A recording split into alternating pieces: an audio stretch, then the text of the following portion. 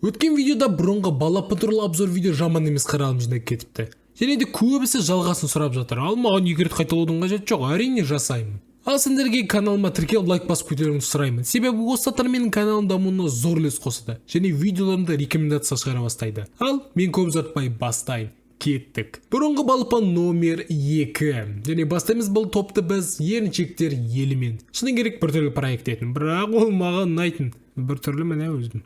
Сендерге де түсінікті болсын, давайте сендерге де мен осы проекттің сюжетін айтып берейін. Бір қалашық болыпты. Аты оның еріншектер елі. И в натуре еріншектер тұрады, қалалары құйрап, далалар шөппен қоқысқа толып кеткен екен. Бұл қалашықта куклалар тұрады. И давайте сендерге оларды таныстырып кетейін. Қап-қара мужик, бір әпше, осы қалашықтың әкімі, көрініп тұр неге қалалар құйрап кеткені. Негр программист, өскенде диабеті болатын пацан, көті тырса беретін қыз, и Тоқаев базар жоқ. Қысқасын айтқанда қара мужикқа жиені қонаққа келейін деп жатқан еді. Ал оның жиені адам, асырап алған ау деймін шамасы. Жиені келіп, оның аты Стефани, осы қалашықтағы жалқауларды көреді, супер мықты адамға хат жібереді. Спортукус. Екі аяғымен дұрыс жүре алмайды. Себебі секіріп паркурмен жүретін адам ғой. Жейтін тек жеміс-жидектер және де көкөністер. Қысқасын айтқанда нағыз спортсмен ебать. Ол хатты алады, сол қалашыққа аттанады. Ал осының бәрін көріп, осы қалашықтағы басты жалқау Кесірбек Робби олардың жоспарларын құртуға тырысады. Солай сюжет. Мыналар бастайды, ал мынау құртайын дейді, ал мынау басқаларын білмеймін әйтеуір, бірақ бұл проект маған ұнайтын. Маған тіпті бір кейіпкер ұнайтын. Кім деп ойлайсыңдар, сендер? Тапшы, қане. Дұрыс, ол Кесірбек Робби. Білмеймін әйтеуір. Кейіпкердің харизмасы маған қатты ұнайтын. Базасы керемет етін және де мына торты өте сочный көрінетін. Бірақ өкінішке орай Кесірбек Робби, нақтысын айтқанда оны ойнаған актер Стефан Карл Стефансон 2018 жылы бар жоғы 40 жасында рактан өмірден озған болатын. Жатқан жерің жайлы болсын. Біз үшін мәңгілік Кесірбек Робби. Жарайды. Ал енді Спортукус туралы айтсақ, оны Магнус Шевинг ойнаған болатын. Және де ол осы сериалдың продюсері. Ол осы проектті жасау арқылы жастарға жалқауланбай спортпен айналысуға шақырған. Өзі Спортукусты ойнап барлық трюктарды өзі жасап, тек пайдалы тағамдар жеген. Респект, базар жоқ. Бірақ проектта Спортукустың қалымнаны керемет дәу банк шығарған көрсетсе, жастар қайталып, качка сайтын бет деймін. Спортукустан қайталып, паркур жасап, құлап бір жерін жарақаттап алмай. Жақсы.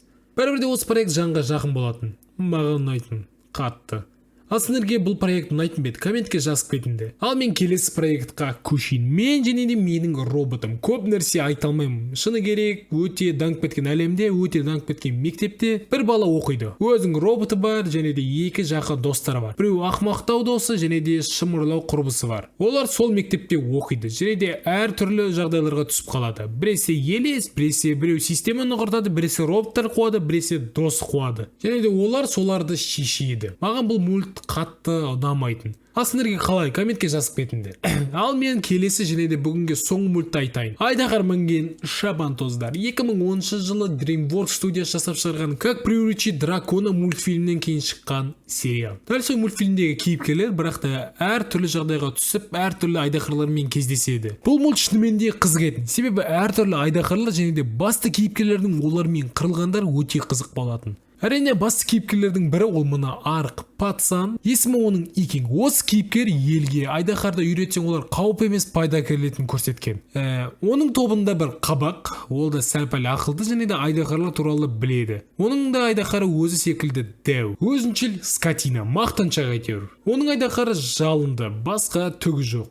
Екі егіздер. Және де екеуіне де бір айдаһар берілген. Екі басты. Біреу газ үрлейді, ал біреуі тұтатады. Және де соңғысы Астрид дейді ғой. Мен тек Икинг пен Астридтің ғана есімде қалған болатын. Басқалардың ұмытып қалыппын. Сондықтан өзім қалай көрдім, солай айта салдым. Ал Астрид те мықты әрі ершіл дей ма, сондай қысқаша. Сюжет бойынша олар өздер тұратын аралды әртүрлі айдаһарлардан немесе басқа жаулаушылардан қорғайды. Қорғауға тырысады. Арасында болмай қалады әрине. Шыны керек осы мульт осы топтағы ең қызықты сюжеті бар мульт деп есептеуге де болады. Ал сендерге қалай? Әрине комментке жазып кетіңдер. Ал осымен мен де аяқтайын. Сендермен болған мен Олжас Тоқбай достар, каналға тіркеліп лайк басуды ұмытпаңдар. Сау болыңдар.